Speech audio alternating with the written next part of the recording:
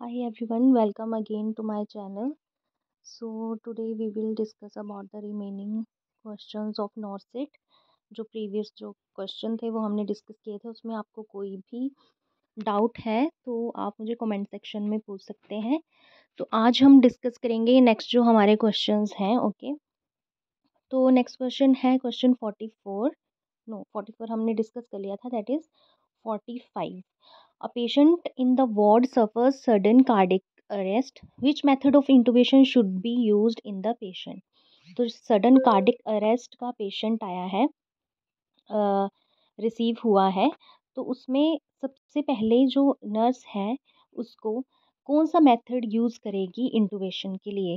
ठीक है, तो इसमें जॉ थ्रस्ट जो मेथड है वो हम यूज़ नहीं करेंगे, क्योंकि अगर एक्सीडेंटल केस होता तो उसमें हम जॉ थ्रस्ट मेथड यूज़ करते हैं ताकि स्पाइनल कॉर्ड इंजरी ना हो जाए। ठीक है, अगर कोई स्कल बेस फ्रैक्चर हो चुका है तो वहाँ पे अगर फ्रैक्चर के टाइम पे अगर हम उसको हेड टिल्ट चिन मेथड यूज़ करेंगे तो उसको स्पाइनल कॉर्ड इंजरी हो सकती है, इसलिए हम वहाँ पे जॉ थ्रस्ट यूज़ करते हैं।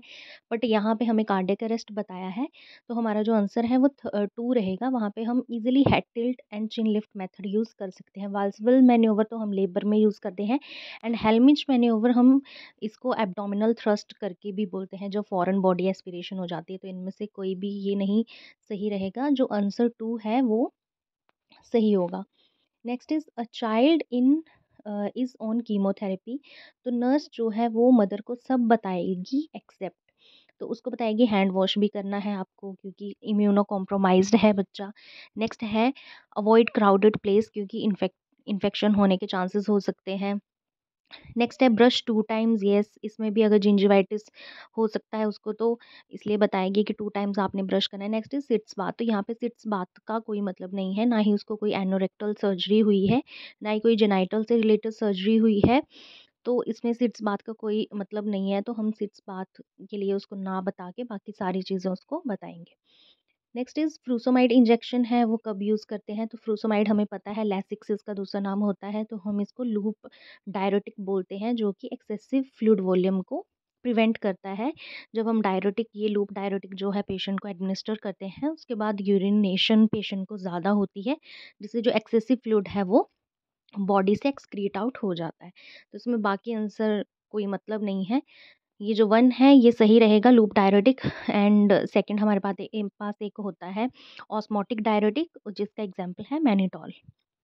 नेक्स्ट वी हैव एक आरटीए, रोड ट्रैफिक एक्सीडेंट का पेशेंट आया है इमरजेंसी में। हम कौन सा मेथड उसको यूज़ करेंगे ऑक्सीजन एडमिनिस्ट्रेशन के लिए। तो सबसे पहले हम उसको सिंपल फेस मास्क लगाएंगे। अगर उससे भी वो सैचुरेट नहीं हो रहा है अच्छे से, उसके बाद हम अदर ऑप्शंस के लिए जाएंगे, बस सबसे पहले हम उसको सिंपल फेस मास्क यूज़ करेंगे। नेक्स्ट है एक 20% बर्न का पेशेंट आया है, तो हम उसमें फ्लूइड वॉल्यूम कैसे चेक करेंगे। तो हम उसका क्या करेंगे, स्ट्रिक्ट इनटेक आउटपुट चार्टिंग करेंगे। उससे हम जो उसका फ्लूइड वॉल्यूम है कि कितना देना है, कितना इसको नहीं देना है, रेस्ट्रिक्ट करना है, ठीक है, तो वो हम उसको स्ट्रिक्ट इनटेक आउटपुट चार्ट करके मेज़रमेंट करेंगे उसका। Next is hypokalaemia. किस चीज़ में देखने को हमें मिलेगा कि पेशेंट की बॉडी में हाइपोकैलीमिया होने के चांसेस हैं या हो सकता है। तो जब हम पेशेंट को नेज़ोगैस्ट्रिक सक्शन पे लगाते हैं, तो उस टाइम पे उसको हाइपोकैलीमिया होने के चांसेस होते हैं। क्यों? क्योंकि जो स्टमक है वहाँ के इलेक्ट्रोलाइट्स रिमूव होना स्टार्ट हो जाते हैं जब हम नेज़ोगैस्ट्रिक सक्शन पे पेशेंट को लगाएँगे। सक्शन आउट कर रहे हैं, एस्पिरेट कर रहे हैं हम उसका स्टमक कंटेंट जो भी है, तो इलेक्ट्रोलाइट्स भी साथ में वहाँ पे रिमूव होना स्टार्ट हो जाते हैं। तो मेनली जो पोटेशियम है, इसलिए हाइपोकैलीमिया होने के चांसेस होते हैं। अदर भी चांसेस होते हैं, अदर इलेक्ट्रोलाइट्स भी इम्बैलेंस हो जाते हैं, पर यहाँ पे हमें हाइपोकैलीमिया का पूछा है, तो वो नेज़ोगैस्ट्रिक सक्शन में होने के चांसेस होते हैं। Next we have which behaviour therapy should be given to the patient suffering from leg pain and stiffness. तो हम वहाँ पे कौन सी उसको बिहेवियर थेरेपी देंगे, दैट इज़ रिलैक्सेशन, ताकि उसको पेन और स्टिफनेस जो है उससे थोड़ा उसको रिलीफ मिले, इसलिए हम उसको रिलैक्सेशन थेरेपी देंगे। Next we have after blood transfusion sign and symptoms कौन से देखने को मिलेंगे कि पेशेंट में जो है सर्कुलेटरी ओवरलोड, मतलब फ्लूइड वॉल्यूम बॉडी में ज़्यादा हो गया है। तो टैकिकार्डिया भी होगा उसको, टैकिपीनिया होगा, और जो जुगुलर वेन है वो डिस्टेंट हो जाएगी। ठीक है, जुगुलर मेन डिस्टेंशन मेन इसका जो है वो सिम्टम रहेगा यहाँ पे। नेक्स्ट इज़ नर्स है डीपीटी वैक्सीन यूज़ कर रही है और उसने देखा कि उसमें ग्रैन्यूल्स बन गए हैं, तो उसका फर्स्ट एक्शन क्या होगा, वो क्या करेगी, उस वाइल को डिस्कार्ड कर देगी क्योंकि वो जो है ख़राब हो चुकी है। Next we have a patient admitted in the hospital. हाँ, उसको पेन है, स्टिफनेस है, फीवर है 3 दिन से और उसको HAI that is hospital acquired infection हो गया है। तो यहाँ पे जो नर्स है वो कैसे पता लगा सकती है कि उसको HAI हो गया है, क्योंकि उसको 2 डेज़ हो चुके हैं एडमिशन हुए, मतलब HAI हॉस्पिटल एक्वायर्ड जो इन्फेक्शन है आफ्टर 48 आवर्स ऑफ एडमिशन होता है वो, ठीक है? तो 2 डेज़ में 48 आवर्स हो गए, तो उसको 48 आवर्स के बाद जो इन्फेक्शन देखने को मिलेगा that is HAI। Next we have female है, हॉस्पिटल में आई है, उसको ब्रेस्ट ग्रैन्यूल्स हैं साइज़ 2 सेंटीमीटर का, जो कि या उसको 2 सेंटीमीटर ब्रेस्ट नोड्यूल देखने को मिल रहा है, जो कि फ्रीली मूवेबल है। पाल्पेट करने पे डिस्चार्ज कोई भी नहीं आ रहा है उसको निप्पल से। तो कौन-सा जो ब्रेस्ट एग्ज़ामिनेशन है वो जो यहाँ पे जो नर्स है वो पेशेंट का करेगी। तो सबसे पहले तो जो ब्रेस्ट नोड्यूल है वो 2 सेंटीमीटर दिया है, जो कि फ्रीली मूवेबल है। तो फ्रीली मूवेबल हो तो वो मे बी मैलिग्नेंट ना हो, तो और पाल्पेबल है तो निप्पल डिस्चार्ज भी देखने को नहीं मिल रहा है। तो इसमें ब्रेस्ट कैंसर का एज़ इट इज़ कोई साइन देखने को यहाँ पे नहीं मिल रहा है। ठीक है, ब्रेस्ट कैंसर का यहाँ पे कोई साइन देखने को नहीं मिल रहा है, तो FNAC that is fine needle aspiration जो है यहाँ पे नहीं करेगी नर्स।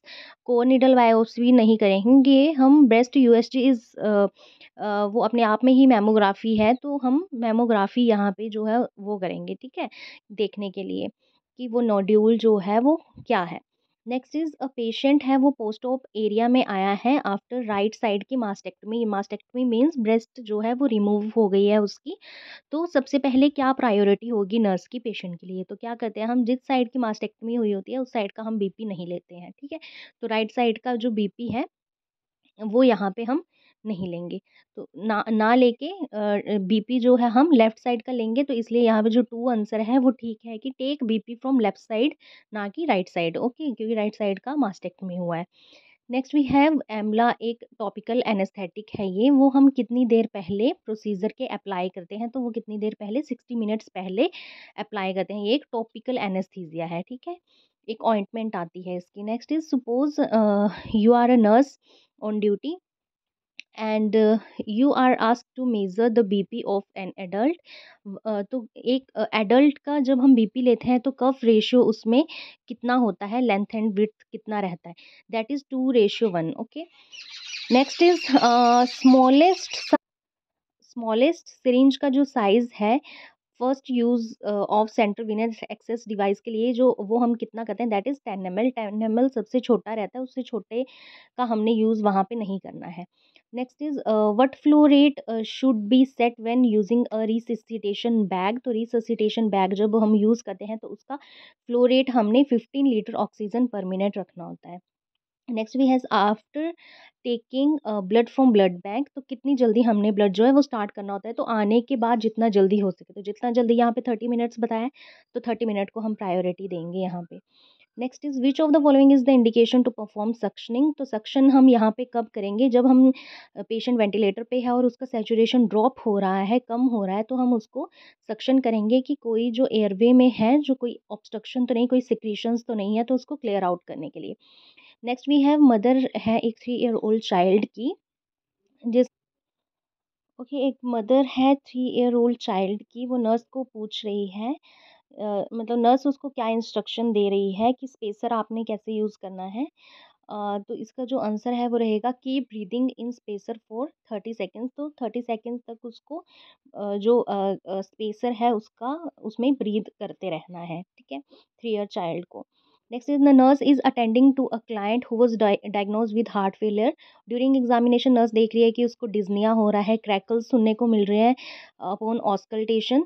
तो कौन सा जो सिम्टम है वो यहाँ पे नर्स जो है मैनिफेस्ट करेगी कि पेशेंट में एक्सेस फ्लूइड वॉल्यूम हो चुका है। तो यहाँ पे कंफ्यूज नहीं होना है, हार्ट फेलियर का पेशेंट दे रखा है और एक्सेस फ्लूइड वॉल्यूम दे रखा है। तो मेनली जो यहाँ पे देखने को मिलेगा वो है टेंशन, क्योंकि हाइपर टेंशन में ही फ्लूइड वॉल्यूम ज़्यादा होता है। वन नहीं होगा क्योंकि क्योंकि इसमें डिक्रीज सेंट्रोवेनस प्रेशर बताया है, ठीक है, और फ्लूइड वॉल्यूम ज़्यादा है तो डिक्रीज का कोई मतलब नहीं है। Flat neck and hand veins हैं तो मतलब नॉर्मल है, इसमें तो ये भी नहीं रहेगा, और वेट लॉस का भी यहाँ पे कोई मतलब नहीं है। तो इसलिए सही जो आंसर है that is hypertension. Next we have the patient the pain management nurse follow the recommended protocol for preventing constipation. हाँ, ओपियोइड से कॉन्स्टिपेशन होने के चांसेस होते हैं, तो प्रिवेंट करने के लिए नर्स क्या करेगी, बाउल स्टिमुलेंट्स या स्टूल सॉफ्टनर्स जो है उसको देगी। जो भी लैक्सेटिव्स हैं वो यहाँ पे चला के रखेगी ओपियोइड्स मेडिसिन के साथ। Next, which of the following is the correct measurement of oropharyngeal airway. तो ओरोफेरेंजियल एयरवे जब हम डालते हैं अनकॉन्शियस पेशेंट में मेनली, तो उसको हम कैसे मेज़र करते हैं, तो corner of the mouth and angle of the जो जितना मतलब मेज़र हो रहा है उसके हिसाब से हम वो साइज़ जो है उस पेशेंट को डालते हैं ओरोफेरेंजियल एयरवे का। मेनली हम जब पेशेंट को ईटी ट्यूब डाला होता है, वेंटिलेटर पे होता है, तभी ओरोफेरेंजियल एयरवे डालते हैं, जिसका कि अदर नेम गुडल एयरवे भी है, ताकि पेशेंट जो है ट्यूब को बाइट ना करे और ओरल सक्शन भी हम अच्छे से उसके साथ कर सकें। Next is oropharyngeal airway. हाँ, ये किसके लिए यूज़ करते हैं मैंने पिछले क्वेश्चन में ही आपको डिस्क्राइब कर दिया, that is unconscious patient.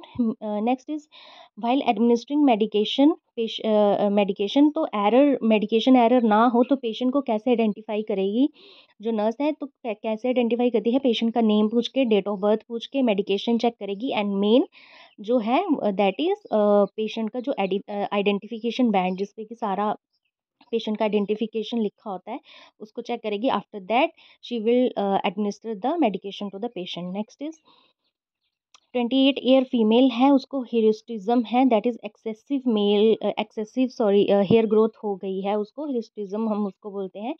Body में जब हेयर लाइक ग्रोथ ज़्यादा हो गया तो सबसे पहले जो नर्स है वो क्या टेस्ट करेगी, that is TVS USG, that is trans vaginal ultrasound करेगी, देखने के लिए कि कोई फिब्रॉइड्स या सिस्ट तो नहीं हो रखा है, क्योंकि उसी में ही हिस्टिज्म या एक्सेसिव हेयर ग्रोथ जो है देखने को मिलती है।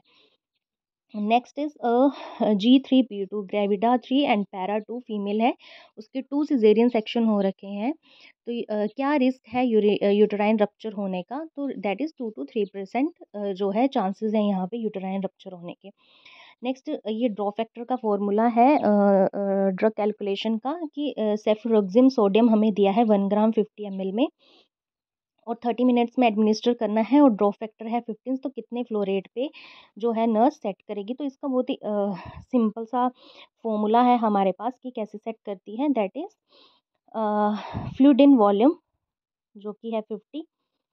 टाइम हमारे पास ऑलरेडी मिनट्स में दिया है, आज में दिया होता तो हम मिनट्स में इसको कन्वर्ट करते, तो टाइम इन मिनट्स है 30, इंटू ड्रॉ फैक्टर भी दे के रखा हुआ है दैट इज़ 15। तो इसको जब आप कैलकुलेट करोगे तो इसका जो आंसर बनेगा दैट इज़ 25 ड्रॉप्स पर मिनट। ठीक है, तो इसमें भी कंफ्यूज नहीं होना है, ये फॉर्मूलाज हैं जो आपको लर्न करके रखने हैं, और इजी है, इसमें कोई लाइक कुछ ज़्यादा है नहीं। तो ये आज के क्वेश्चंस है जो हमने डिस्कस करे, इनमें कोई भी आपको लग रहा है डाउट तो आप मुझे कमेंट सेक्शन में पूछो। नेक्स्ट हम वीडियो किस पे बनाए वो भी कमेंट सेक्शन में मुझे बताना कि किस पे मैं वीडियो बनाऊँ, नेक्स्ट कौन से टॉपिक पे। तो तब तक के लिए आप अच्छे से प्रिपरेशन करो, और all the best for your exams.